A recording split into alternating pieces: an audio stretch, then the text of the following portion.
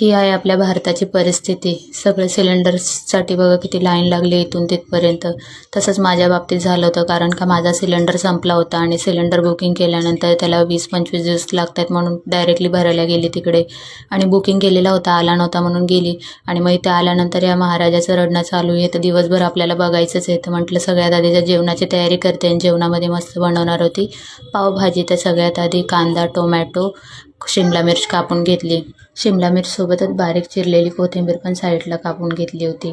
आणि मॅशरच्या सहाय्याने मग भाज्या काढून घेतल्या आणि चांगल्या इथे मॅश करून घेतल्या. आणि मग करायला घेतली फोडणीची तयारी. तर सगळ्यात आधी कढई ठेवली आणि कढईमध्ये टाकलं बटर आणि बारीक चिरलेला कांदा होता ना कापलेला तो टाकून दिला आणि मस्त परतवलं. आणि चवीपुरतं त्याच्यामध्ये मीठ टाकलं आणि हळद टाकून परतवून दिलं थोड्या वेळ. आणि तुम्हाला माहिती आहे सकाळी 8 वाजता गेलेली मी सिलेंडर आणायला आणि मला यायला 9:30 ते 10 वाजले पूर्ण उन्हामध्ये थांबून. आणि मग आल्यानंतर म्हटलं पटापट सगळ्यात जास्त फास्ट होणारी गोष्ट म्हणजे येतानाच पाव घेऊन आलेली. मग इथे करायला घेतली पावभाजीच पटकन होऊन जाईल म्हणून. मग त्याच्यामध्ये टाकली शिमला मिर्च आणि परतवून घेतलं आणि लास्टला टाकले पावभाजी मसाला आणि इथे पण परतवून घेतलं. अजून दुपारची सगळेच कामं बाकी आहेत, सगळे कामं पडलेत. फक्त आता सगळ्यात पहिलं नाश्ता करून मग कामाला लागावा विचार केला.